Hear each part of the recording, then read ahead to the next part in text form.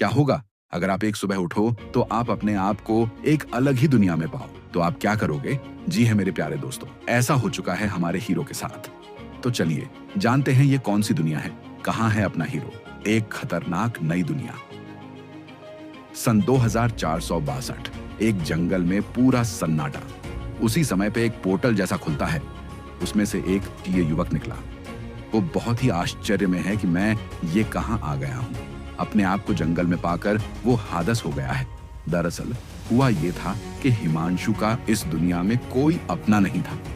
वो अपने खाने के लिए सामान खरीदकर अपने घर पे लौट रहा था कि उसका एक्सीडेंट हो जाता है। बड़ी विचित्र तरीके से हुई। उसकी एक्सीडेंट एक वैन आती है और उसको टक्कर मार देती है। हिमांशु उड़ाता हुआ जा रहा था कि उसके सामने एक सफेद रोशनी आती है और वो उसमें समा जाता है। उसकी आंखें बंद हो गई थी। क्या होगा उसके साथ? अगर आपको पता है तो कमेंट बॉक्स में कमेंट करके हमें जरूर बताएं। चलिए आगे जानते हैं। जब हिमांशु की आंखें खुली तो अपने आप को जंगल में पाकर वो हैरान हो गया। वो अपने आप को चेक करता है कि वो ठीक है या नहीं। अपने आप को ठीक और स्वस्थ पाकर वो हैरान है। वो सोचता है कि अरे यार, मैं तो रास्ते से अपने घर जा रहा था और हाँ, उस वैन ने मुझे टक्कर मारा। उसके बाद मुझे कुछ नहीं पता। ये सब सोचकर क्या फायदा? क्या पर मुझे जानना होगा कि ये कौन सी जगह है। कुछ दिनों के बाद कॉपरटूथ पैंथर के पास से गुजरने पर हिमांशु झाड़ियों में इंतजार कर रहा था। करीब, बहुत करीब, लेकिन ऐसा होना ही था। हिमांशु के पास सिर्फ एक छोटा सा मिश्र धातु का चाकू था। तलवार या ढाल नहीं। उसके पास कवच भी नहीं था। वह अपने दम पर दुर्जय शिकार के खिलाफ शिकार कर रहा था। कॉपरटूथ पैंथर उससे आसानी से बड़ा था और उसके नुकीले दांत लंबे और शक्तिशाली थे। अगर वह उन्हें मौका देता तो वे उसके चाकू जैसे मिश्र धातु के हथियार को कुचल देते। लेकिन तब तक बहुत देर हो चुकी होती। मुझे इसे नीचे रखना होगा, इससे पहले कि इसे पता चले कि मैं यहां हूं। हिमांशु ने चाकू पर अपनी पकड़ मजबूत कर ली। ब्लेड पहले और एकमात्र दूसरे कॉपरट्यूथ से ही कुंद हो चुका था जिसे उसने गिराया था। अच्छा नहीं, मेरे पास कोई फैंसी हथियार या कवच या शिकार करने वाला साथी नहीं है, जैसा कि अन्य 16 वर्षीय बच्चों के पास होता है। मैंने अभी अभी भगवान के अभयारण्य में शुरुआत की है और मैं पहले से ही पीछे हूं। इससे कोई फर्क नहीं पड़ता कि यह कितना खतरनाक है। अगर मुझे सफल होना है तो मुझे ऐसे जोखिम उठाने होंगे जो दूसरे नहीं लेंगे। आपको हम बताना चाहते हैं कि अभयारण्य का मतलब क्या होता है। एक ऐसा क्षेत्र है जो वन्य जीवों और उनकी प्राकृतिक आवास की रक्षा के लिए स्थापित किया जाता है। ऐसा ही भगवान ने किया है। अब आगे। वह कुछ गज की दूरी से कॉपरटूथ के रास्ते का अनुसरण करते हुए आगे बढ़ा। वह जानवर को एक पल के लिए भी अपनी नजरों से ओझल नहीं होने दे सकता था। हिमांशु की तरह यह प्राणी अपने शिकार से छिपने पर अधिक खतरनाक था। अंतर यह था, कॉपरटूथ पैंथर एक घातक हत्यारा था। हिमांशु बस जीवित रहने की कोशिश कर रहा था। आगे पैंथर ने घास के मैदान में अपने लंबे अगले पैरों को फैलाया। उसका क्रूर अभयारण्य की अजीबोगरीब धूप में पंजे चमक रहे थे। जैसे ही वह उस प्राणी की ओर बढ़ा, उसकी दुम हिल गई। उसकी आंखें आसपास की पत्तियों पर से गुजरी। ऐसा लगता है कि मैं और कॉपरटूथ अकेले हैं। यहां कोई भी ऐसा नहीं होगा जो मेरे रास्ते में आए, और अगर मैं असफल हो गया तो मुझे बचाने वाला कोई नहीं होगा। हिमांशु ने आखिरी सांस ली, हर भावना को बाहर निकालते हुए, लेकिन कच्चे दृढ़ संकल्प को। तो मैं असफल नहीं होऊंगा। बेदम गति से हिमांशु आगे बढ़ा। उसने चाकू उठाया और यह कॉपरटूथ की गर्दन की ओर एक तेज चाप में चला गया, जो उसके चमड़े का सबसे कमजोर बिंदु था। अगर वह अपने लक्ष्य से 1 इंच भी चूक गया तो उसे पता था प्राणी का सुई जैसा फर ब्लेड को ऐसे पीछे धकेल देगा जैसे वह कुछ भी नहीं था। जानवर ने अचानक खतरे को भांपते ही अपनी आंखें पीछे की ओर घुमा ली। उसका शरीर रक्षात्मक मुद्रा में आ गया, लेकिन बहुत देर हो चुकी थी। हिमांशु की गति इतनी ही थी कि चाकू उस प्राणी के गले तक पहुंच गया, जहां उसने एक भयानक वार किया। हिमांशु को लगा कि प्राणी की कवच वाली खाल उसके ब्लेड के सामने झुक गई। इससे ठीक पहले वह खुद प्राणी की पीठ पर गिर पड़ा। जानवर जो वार से कमजोर हो गया था, उसके भारी वजन के नीचे गिर गया। हिमांशु ने चाकू पर अपनी पकड़ मजबूत की और उसे और अंदर घुसाने का प्रयास किया, लेकिन प्राणी का मांस कमजोर ब्लेड के लिए बहुत मजबूत था और हिमांशु अपने लक्ष्य की गर्दन में हथियार को फंसाए रखने के लिए बस इतना ही कर सकता था। यह चीज बिना लड़े नीचे नहीं गिरेगी। मुझे एक और वार करने की जरूरत है, इससे पहले कि यह मुझे लगे। जब प्राणी उसके नीचे लुढ़का तो हिमांशु ने झटके से पीछे हटना शुरू किया और मुश्किल से बच पाया। तभी एक भारी पंजा उसके सामने हवा में उछला। जानवर दहाड़ते हुए हिमांशु ने शाप दिया, इसमें बहुत समय लग रहा है। अगर मैं अब जानवर को नहीं गिराता तो उसकी चीखें दूसरों को हमारी ओर बुला सकती हैं और बिना उचित हथियार के मैं एक से ज्यादा जानवरों से नहीं लड़ सकता। हिमांशु ने अपने चाकू की ओर देखा और अपने दांत पीस लिए। अगर मैं कॉपर टूथ पैंथर को मार सकता हूं तो शायद मुझे उसकी बीस्ट सोल मिल जाए और एक नया बीस्ट सोल हथियार सब कुछ बदल देगा। हिमांशु ने प्राणी के गले से खंजर निकाला और पैंथर ने एक कर्कश गर्जना की। उसकी काली आंखों में दर्द नहीं था, सिर्फ गुस्सा था। उसने उस पर झपट्टा मारा और वह फिर से पीछे हट गया।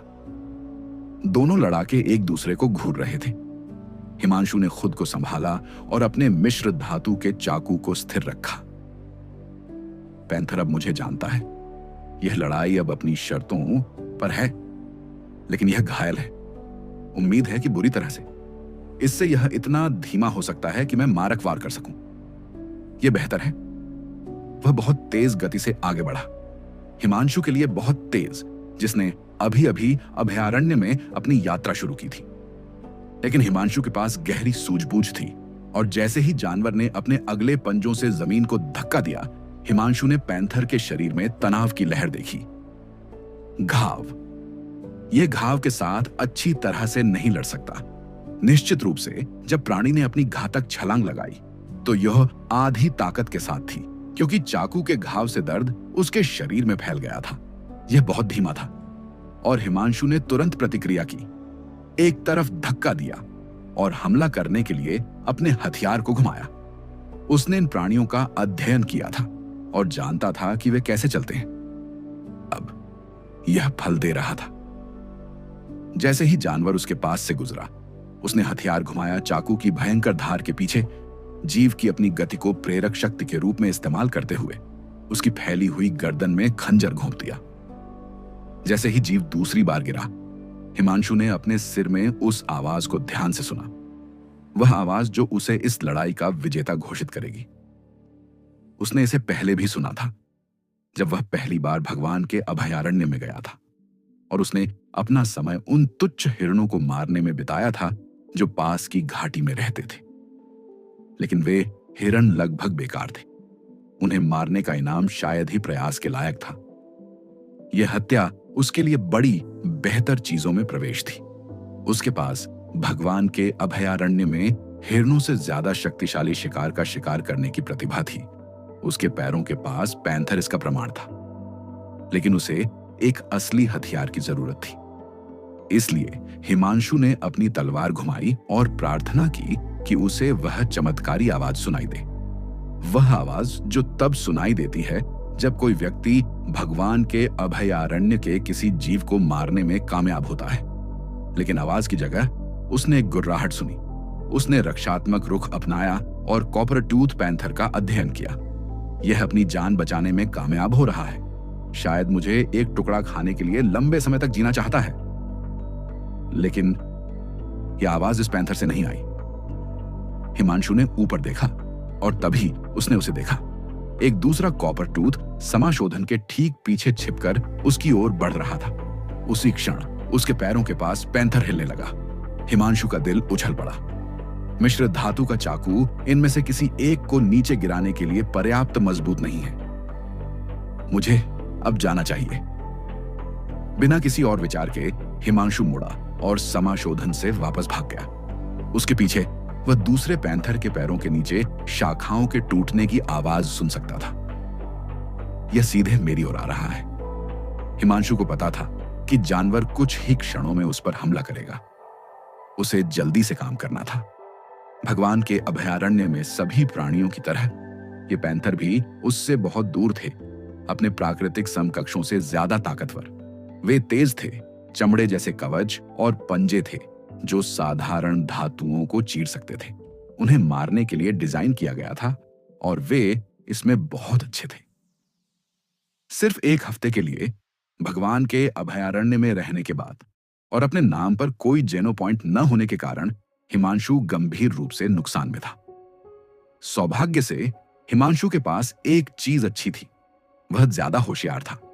जैसे ही वह समाशोधन के चारों ओर लगे पेड़ों में से एक के चारों ओर घूम रहा था, वह रुक गया और अपनी सांस को स्थिर किया, क्योंकि उसने शिकारी के आने की आवाज सुनी। इससे पहले कि प्राणी पेड़ से गुजरता, हिमांशु को पहले से ही पता था कि क्या करना है। वह नीचे झुका और प्राणी के किनारे पर एक हल्का वार किया। जानवर दहाड़ते हुए जमीन पर फिसल गया। सहज रूप से अपने शरीर को अपने घायल पार्श्व के चारों ओर सुरक्षा पूर्वक मोड़ लिया। एक पल के लिए हिमांशु भागने में रुक गया। शायद अब मेरा मौका है, इस विचार ने उसे बहुत लुभाया। आगे बढ़ने के लिए मुझे जो भी जोखिम उठाने की जरूरत होगी मैं उठाऊंगा। कोई भी मेरी मदद नहीं करने वाला है सिवाय मेरे। लेकिन सावधानी ने उसे रोक दिया। अगर मैं मर गया तो मैं आगे नहीं बढ़ सकता। इन दुश्मनों से मजबूती से निपटने के लिए मुझे बेहतर औजारों की जरूरत होगी। अपने पीछे लगातार नजरें घुमाते हुए हिमांशु ने समाशोधन से और आगे की ओर भागना शुरू कर दिया। हालांकि वह दूसरे पैंथर को अपने पीछे आते देख सकता था, लेकिन उसके बाजू पर लगे घाव ने उसे अपने भागते हुए शिकार को पकड़ने के लिए जरूरी गति तक पहुंचने से रोक दिया। सांस फूलने के कारण हिमांशु भागने में कामयाब रहा। हिमांशु ने एक लंबी सांस छोड़ी, घास पर फिसल गया और चाकू को अपने हाथ से फिसलने दिया। मैं बहुत करीब था। वह कॉपरट्यूथ मेरे जितना ही अच्छा था। काश मेरे पास कोई बेहतर हथियार होता। यह बेवकूफी भरी बात मुझे सिर्फ मरवाएगी। पास से आ रही हंसी ने हिमांशु का ध्यान लगभग 20 फीट दूर मैदान पार कर रहे योद्धाओं के एक छोटे से समूह की ओर खींचा। क्या तुमने मुझे देखा बॉलर? मेरी तलवार ने उस बाघ को 2 टुकड़ों में काट दिया। दूर से शिकारियों की आवाज सुनकर हिमांशु का खून जम गया। जबकि दुनिया खतरनाक जानवरों से भरी हुई थी, अक्सर इस देश में सबसे खतरनाक जानवर दूसरे शिकारी होते थे। जानवरों की तुलना में इस अराजक देश में मनुष्य अप्रत्याशित थे। हत्या या चोरी के लिए कोई दंड न होने के कारण हिमांशु जैसा अकेला शिकारी एक आसान लक्ष्य हो सकता था, अगर कोई उसे लूटने की कोशिश करना चाहे। खुले में रहने से बेहतर जानते हुए हिमांशु नरकट में घुस गया और नजरों से ओझल हो गया। जैसे ही वह छिपा, हिमांशु ने आवाज सुनी। 2 आदमियों की बर्फ जब वे अपने पैंथर को खत्म कर रहे थे। उत्सुकतावश हिमांशु करीब आए और देखा कि एक आदमी ने अपना हाथ बढ़ाया। काले धुएं का एक बादल हवा से उभरता हुआ और एक ब्लेड के आकार में सिकुड़ गया। फिर पलक झपकते ही आकार गहरे काले रंग से एक चमकदार धातु की चमक में बदल गया। एक बीस्ट सोल तलवार। आदमी ने तलवार को बेतरतीब ढंग से घुमाया, जाहिर तौर पर लड़ाई की नकल करते हुए। मर जाओ बाघ, मर जाओ। हाँ। दूसरा आदमी, जो छोटा था और मिश्र धातु के धनुष और तीर को पकड़े हुए था, ने अपना सिर हिलाया। पेंटर, तुम यह भी नहीं जानते कि तुमने किस प्राणी को मारा है? कौन परवाह करता है? पहला आदमी बड़बड़ाया। तुम सिर्फ मेरी बीस्ट सोल से ईर्ष्या कर रहे हो। नहीं, यह पवित्र रक्त भी नहीं है। पवित्र रक्त, बीस्ट सोल बेहद दुर्लभ है। इतना ज्यादा नखरे मत करो। एक आदिम जानवर आत्मा हथियार भी कुछ न होने से बेहतर होगा। हिमांशु ने ईर्ष्या से उस आदमी की तलवार को देखते हुए सोचा, अगर उस आदमी के पास एक साधारण तलवार होती तो हिमांशु आसानी से उस आदमी से भिड़ सकता था। हालांकि एक जानवर आत्मा हथियार चीजों को घातक बना सकता है। एक मानक ब्लेड की तुलना में सबसे कमजोर जानवर आत्मा भी लड़ाई में हावी हो सकती है। अगर हिमांशु अपने मिश्र धातु ब्लेड के साथ उनसे लड़ने की कोशिश करता तो वह आसानी से उस हथियार से घायल हो जाता। अपने खंजर को पकड़ते हुए हिमांशु ने आवाजों के बंद होने का इंतजार किया। वे शायद स्टील आर्मर शेल्टर की ओर वापस जा रहे हैं। मुझे खुशी है कि मैंने खुद को फिर से प्रकट नहीं किया। अगर उन्होंने मुझे उस कॉपरटूथ पैंथर का शिकार करते देखा तो मुझे पता है कि वे मेरा शिकार चुराने की कोशिश करेंगे। हिमांशु ने खुद को पीछे धकेला और खुद को धूल से साफ किया। शिकायत करने का कोई फायदा नहीं है, काम करना है ताकि अगली बार चीजें मेरे हिसाब से हों। उसने अपना हथियार उठाया। हालांकि यह कॉपरटूथ को नीचे गिराने में बहुत मददगार नहीं था, फिर भी वह इसका इस्तेमाल कमतर प्राणियों का शिकार करने के लिए कर सकता था, और वह उन सभी में सबसे कमतर प्राणी का सामना करने जा रहा था। शट! हिमांशु ने चाकू को ब्लैक बीटल के शरीर पर गिराया, उसे उथले नदी के तल पर दबा दिया। प्राणी छटपटाया, फिर शांत पड़ा रहा। हिमांशु के मन के भीतर से आवाज आई, साधारण बीटल मारा गया, कोई जानवर की आत्मा नहीं मिली।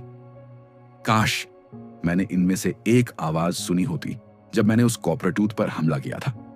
हिमांशु ने प्राणी से चाकू खींच लिया और उसके शरीर से नरम मांस को नोचना शुरू कर दिया, और फिर उसने खाना शुरू कर दिया। यह अनुभव पूरी तरह से अप्रिय नहीं था। हिमांशु ने जीवित रहने के लिए खाया, और जब उसने इसे निगला तो उसने मुश्किल से उस जीव का स्वाद चखा। साथ ही वह उस जीव को खाने के प्रभाव को लगभग तुरंत महसूस कर सकता था। नदी में घुटने टेकने से उसके पैर भीगने के बावजूद उसका शरीर नई गर्मी से भर गया। जैसे ही उसने निगला, उसके दिमाग में आवाज आई, एक साधारण जीनो पॉइंट मिला। हिरण भले ही नीच रहे हों, लेकिन वे अभी भी भगवान के द्वारा बनाए गए एक ताकतवर प्राणी थे। उनका मांस खाने से हिमांशु के शरीर में कीमती जीनो पॉइंट्स भर गए, जो उसके शरीर को हमेशा के लिए बदल देंगे। वह हर सेकंड के साथ मजबूत होता जा रहा था। एक साधारण जीनो पॉइंट मिला। ये हिरण पर्याप्त नहीं होंगे। हिमांशु को पता था कि अगर उसे वास्तव में प्रगति करनी है तो उसे कॉपरटूथ पैंथर्स जैसे अधिक शक्तिशाली जीवों का शिकार करना होगा। वे उसे और भी बेहतर जेनो पॉइंट देंगे, जो चुनौती के लिए उपयुक्त इनाम है। नदी घाटी में धीरे धीरे घंटों बीतते गए, क्योंकि हिमांशु ने जितना संभव हो सके उतने जेनो पॉइंट इकट्ठा किए। यह धीमा काम था, लेकिन हिमांशु ने आगे बढ़ना जारी रखा। वह जो भी करना पड़े करने को तैयार था। जैसे ही उसने अपना सबसे हालिया भोजन समाप्त किया, वह एक चट्टान के सहारे लेट गया। वह पूरी तरह से भरा हुआ था। हालांकि उसने दिन के अधिकांश समय शिकार किया था, लेकिन ब्लैक बीटल ने उसे केवल जेनो पॉइंट दिए थे। वह इसे समाप्त करने के लिए तैयार था जब कुछ गज की दूरी पर एक चमक ने उसकी नजर को आकर्षित किया। नदी के उस पार कुछ ऊंची घास के पीछे से एक सुनहरी चमक झांकी, मुझ पर। हिमांशु मुड़ा और घाटी छोड़ने ही वाला था जब एक परेशान करने वाले विचार ने उसे रोक दिया। उसने पीछे देखा और विपरीत तट से वही सुनहरा चमक देखा। हिमांशु ने अपनी आंखें सिकोड़ ली। मैं थकावट को कुछ लूटने से नहीं रोकूंगा। मैं जो भी फायदा उठा सकता हूं उसका लाभ उठाऊंगा। उसने पानी में घुसते ही अपनी मांसपेशियों को आगे बढ़ाया। जैसे ही वह छुपा, घास में जो कुछ भी था वह आगे की ओर उछला। एक हिरन दूसरों के समान आकार का, लेकिन किसी तरह सुनहरा। हिमांशु ने शाप दिया और गति बढ़ा दी। मैंने पहले कभी ऐसा कुछ नहीं देखा। उस हिरन में कुछ खास होना चाहिए। हिमांशु दूसरी तरफ पहुंचा और हिरन को नदी की चट्टानों पर भागते हुए देखा। अपना खंजर ऊपर लाते हुए हिमांशु ने अपनी उखड़ी हुई सांस को रोका। एक साफ चाल में वह कॉपरटूथ पैंथर की तरह आगे की ओर उछला। उसका ब्लेड बाहर की ओर बढ़ा। हालांकि सुनहरा हिरन चट्टानी नदी के किनारे पर चढ़ने की कोशिश कर रहा था, लेकिन उसके पैर फिसलन भरे पत्थरों पर फिसल गए। हिमांशु ने अपने निशाने पर बिल्कुल सही निशाना लगाया, चाकू को बिल्कुल सटीक तरीके से नीचे गिराया। वह पूरी तरह से भीगा हुआ चमकते हुए सुनहरे जीव पर गिरा, जो उसके ब्लेड के नीचे लड़खड़ा रहा था। और फिर ठीक उसी क्षण जब वह हिलना बंद हुआ, उसके सिर में वह आवाज गूंजी, पवित्र रक्त हिरण मारा गया, पवित्र रक्त बीएस्ट आत्मा प्राप्त हुई। हिमांशु की दुनिया घूम गई। पवित्र रक्त बीएस्ट आत्मा। उस हिरण के पास एक पवित्र रक्त बीएस्ट आत्मा थी। बढ़ने के लिए एक नया उपकरण, जिससे मैं जितना संभव हो सके उतना शक्तिशाली बन सकूं। और पवित्र रक्त का मतलब है उसका शीर्ष स्तर।